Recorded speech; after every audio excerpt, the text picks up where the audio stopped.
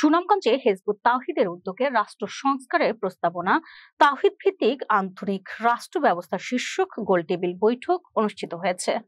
সকালে শহরের পুরাতন বাস স্টেশন এলাকায় একটি রেস্টুরেন্টে আয়োজিত বৈঠকে সভাপতিত্ব করেন হিজবুত তাওহীদ সিলেট বিভাগীয় সভাপতি আলী হোসেন।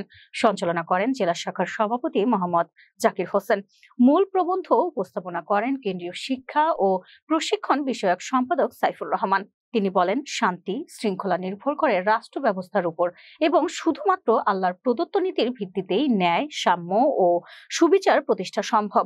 বৈঠকে আধুনিক রাষ্ট্রনীতি, রাজনৈতিক দল, বিচার ব্যবস্থা, প্রতিরক্ষা ব্যবস্থা, গণমাধ্যম, নারীর মর্যাদা ও সামাজিক সুরক্ষা নিয়ে বিস্তারিত আলোচনা হয়।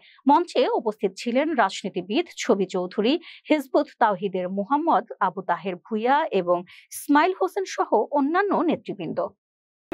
চর্চা করে আজকে আমরা এই জায়গায় এসেছি। আমরা বলতে চাই, এই বিভাজনের, এই প্রতিহিংসা, এই হানাহানি রাজনীতি আমাদেরকে যদি আমরা এখনই সিদ্ধান্ত সঠিকভাবে নিতে না পারি, আগামী দিন আরো শেষ ধ্বংসের দিকে নিয়ে যাবে। কাজেই এই ব্যর্থ রাজনীতি থেকে আমাদের ফিরে আসতে হবে, পরিচ্ছন্ন রাজনীতির দিকে ফিরে আসতে হবে।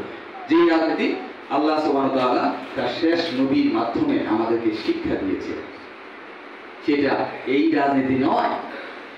আচ্ছা, গেল এটা। এবার আসুন শিক্ষা ব্যবস্থা। আমরা জানি একটা জাতির সভ্যতা, কৃষ্টি, কালচার গড়ে ওঠে তার শিক্ষার উপর বেস করে। আমরা যদি বর্তমানের যে ব্যবস্থা, এই ব্যবস্থা শিক্ষা ব্যবস্থার দিকে যাই, তাহলে আমরা দেখতে পাবো যে সেই ব্রিটিশরা